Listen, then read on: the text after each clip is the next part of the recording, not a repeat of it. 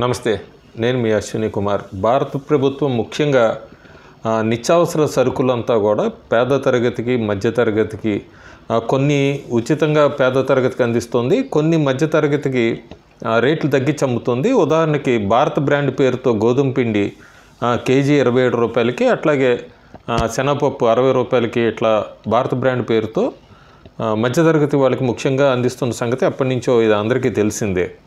ఇకపోతే నిన్న పార్లమెంట్లో ఓట్ ఆన్ బడ్జెట్ సందర్భంగా ఆర్థిక మంత్రి నిర్మలా సీతారామన్ ఇంకొక విషయాన్ని కూడా, అంటే మిడిల్ క్లాస్ వాళ్ళకి బాగా ఉపయోగపడే ఒక పథకాన్ని కూడా తీసుకొచ్చారు. పథకం కాదు అది, తక్కువ రేట్లు తగ్గించి నిత్యావసర సరుకు ముఖ్యంగా బియ్యానికి సంబంధించింది. ఇప్పటికే మార్కెట్లో బియ్యం అంతా కూడా కేజీ 60 నుంచి 70 రూపాయల దాకా నడుస్తుంది.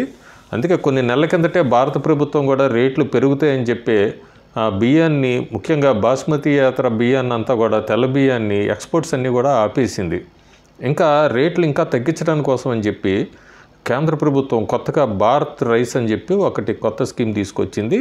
ఆ బ్రాండ్లో ఏంటంటే అవుట్లెట్లో త్వరలోనే ఈ రైస్ అందుబాటులోకి రాబోతుంది. కేజీ 29 రూపాయలకి మాత్రమే.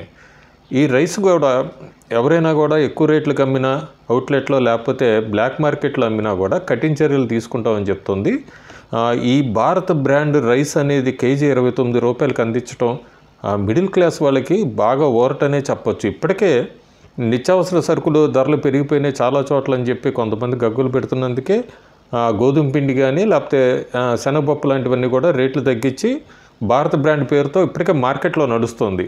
ఇప్పుడు ఈ భారత్ రైస్ అనేది కేజీ 29 రూపాయలకి తీసుకురావటం అనేది చాలా పెద్ద నిర్ణయం, సంతోషించదగ్గ విషయం. అంతేకాకుండా మిడిల్ క్లాస్ వాళ్ళకి కూడా చాలా పెద్ద ఊరటనిచ్చే విషయం.